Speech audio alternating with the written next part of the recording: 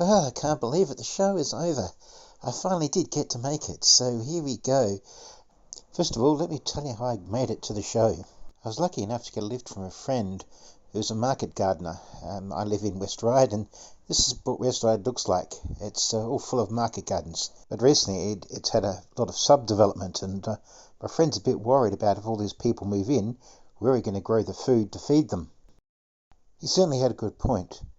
Anyway, my friend was heading into town because he was meeting up with a colleague of his at the Royal Hotel in West Ryde, and so conveniently was able to give me a lift down to the West Ryde station, which you can see here in front of the hotel. We went in a horse and buggy, as he didn't have a car and he couldn't really afford one. So, but fortunately we weren't the only ones, as you can see in this picture. There was plenty of people who were going around that way. Now, the more observant of you may have noticed that there are tram lines overhead, as well as the West Ryde station in the background. So I had two choices, which was rather interesting, so I had to make up my mind which way I wanted to go. Now, if I'd gone by tram, as you can see on the map in the top left-hand side, I would have had to make a change at Hutton's Flat, which was pretty much redundant. So I thought, well, it might be best for me to go by train instead, because it would go directly to Central Station. Also, I hadn't been on the electrified version of the train, so this would be a really new experience for me, so I was really looking forward to it. The last time I'd been on a train was nearly 15 years ago.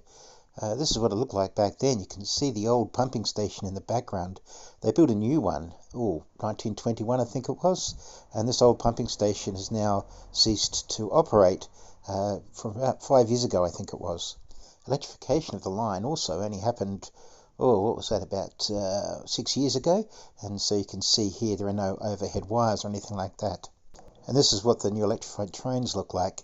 This one's leaving Central Station, obviously, but same model and make as the one I was on. And I certainly enjoyed the experience of riding on one of these modern trains. It's just amazing the way the technology is going at the moment. Of course, not as amazing as the show itself. As you can read here, the economy is definitely picking up. Record Easter, shops filled with customers, Royal Show registering record attendances, etc., etc. This is what I read in the paper this morning. Things are really changing. Here's a photograph I took in Meadowbank of the bridge that we crossed, of course, and the ferry that went across it. And of course you can also see the stanchions on the bridge that look a bit ugly, but that's what happens when you do electrification. And when it comes to the ferry, talking about modernisation, it looks like the ferry might not be there much longer, because as we were crossing the bridge I noticed in the background this car bridge, which makes me wonder whether cars are going to replace trains, because once this bridge is completed, the ferries will stop running. And I'm not just talking about the Meadowbank ferry, also the ferry at Ryde will probably disappear as well.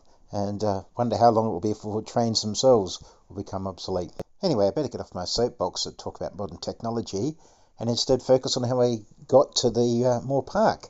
So my plan was to head to Central Station and get off there, and then hop on a tram to get to Moore Park via Railway Square, which you can see here.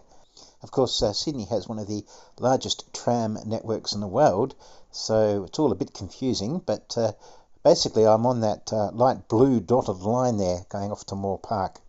Anyway, I hop off the platform and I go down Devonshire Street Tunnel and go across to Railway Square, and here I am waiting at the big railway shed. Now, I love Railway Square. In fact, I love the city generally.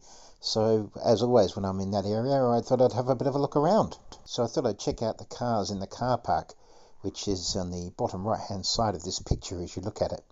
And here too, there'd been changes, I noticed, from when I'd been here last year. Now, only small changes, but changes nonetheless. Let me show them to you. This is what the footpath looked like last year.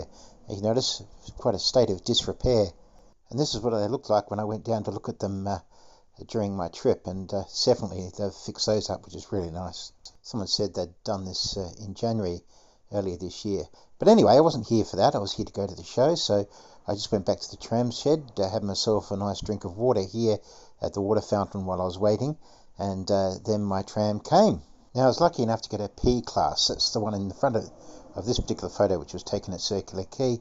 Much, much better than the old O class, which is the one you can see behind it. The O class was a lot more open, and the P class obviously a lot warmer, more comfortable, and also sat a lot more people. I think it handles 80 people, I think. Anyway, we found ourselves at the showgrounds after not too long, and here we are on Driver Avenue, and you can see the Hall of Industries in the foreground and Horden Pavilion in the background, but more on that later. So this is where we got off. It seems I arrived a bit too early because we saw this council truck cleaning up Driver Avenue right near the showground entrance. So I decided that we'd go for a walk, and that's what I did. So I actually walked the length of Driver Avenue as far as the SCG, where earlier that year I'd watched, believe it or not, the Australian women take on the English women. But we won't really talk about the score there since, yeah, well, you can look it up for yourself. Anyway, the walk kept me entertained until the show opened, and when it finally did, wow, the crowds, unbelievable. This is a shot taken a bit later on in the day, looking back at the entrance, but you can get an idea of how many people were there. But anyway, more about that in the next episode.